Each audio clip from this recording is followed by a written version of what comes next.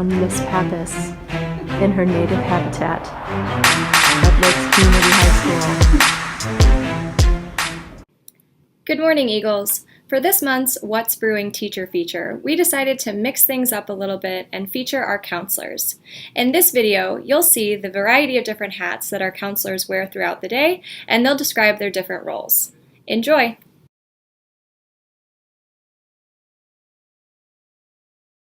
So as a college and career counselor, we do a lot of different things. We start freshman year with students talking about like interest inventories and like learning styles. And they then lead into different careers that have similar like interest paths or similar like connection points. So it really starts off as early in their high school career, working with Naviance to have them take 2 different inventories, 3 different inventories, and it kind of gives the student an idea a little bit about where they can go.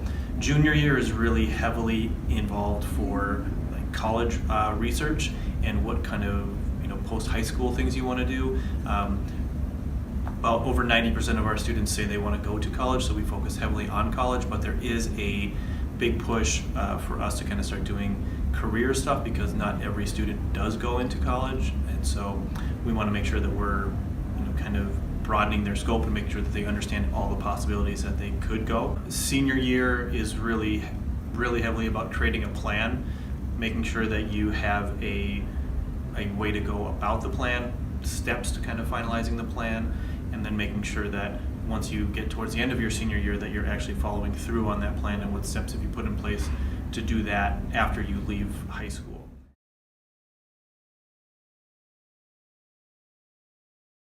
All of us counselors run 2 to 3 groups with a co-facilitator so that we can bounce ideas and suggestions and keep the content of the group moving forward.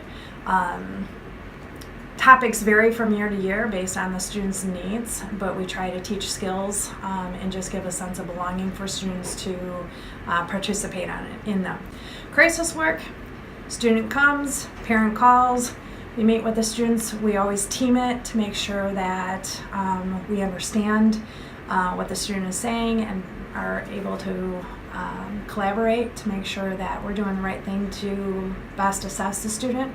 We write a full report up of what we heard, just the facts, nothing inferred, and we give that to families with resources when their parents come in and just try to have that difficult conversation with them so that they can get support as necessary for their student.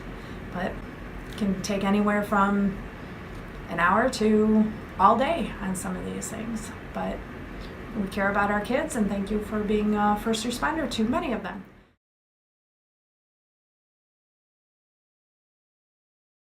So the role of counselors in IEP meetings and 504 meetings is to relay the credit information, give the credit that the student currently has, and then also update as to what they're working on. We also offer information about class availability. If there needs to be a schedule change, we check into that for the student and the team. We also talk about anything that is relative to the student's success.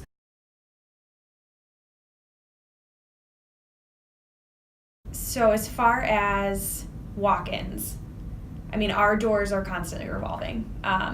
Students are always in the hallway waiting for us, and we always obviously try to accommodate students the best we can. I think, typically lunch hours we're pretty busy because that's when students can come see us and it's the most convenient for them. So there's a couple things, like they can obviously pop down and see us if we're here. Of course, we're always in and out of our offices and running around the building. But they can make appointments too, which is really nice, either online or they can contact us directly. But we do try to be here and available for them as much as we can be. For scheduling, it's kind of a year-long process. Like, I think a lot of times the idea is that, teachers put recommendations in and that's their process in the December timeline. And then in January and February, we're really busy meeting with students, but it kind of is always ongoing. I think we're constantly having conversations about, obviously best fit for students, whether that's with the teachers, the department chairs, the students, their families, as well as kind of having updated conversations on support classes. So math support, English support, because those students may come out at any point in the year. It's not necessarily always a semester break. So it really kind of never ends. And especially over the summer, like there's a couple windows where students can request different things, but it's really an ongoing process. Communication with parents and teachers is a big part of our job. We communicate with parents and teachers on a daily basis. We answer a variety of different questions. Could be related to college and career, could be related to schedule, anything that might have to do with summer school.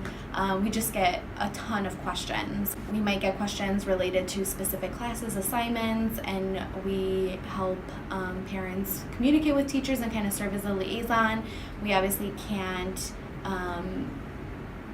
know what's going on exactly in the classroom. We're not really experts when it comes to the content in the curriculum, so we help parents connect with teachers and kind of, we're kind of the liaison when it comes to that communication. With our role, we're really strict when it comes to confidentiality. So when anything that comes up in terms of questions regarding students and conversations, we really can't share that information with parents unless that has to do with safety.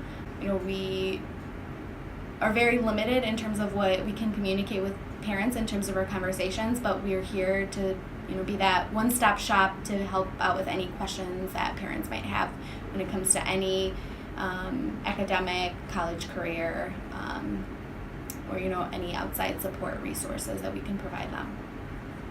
Thanks for watching, Eagles, and as always, we'll see you in the tea room.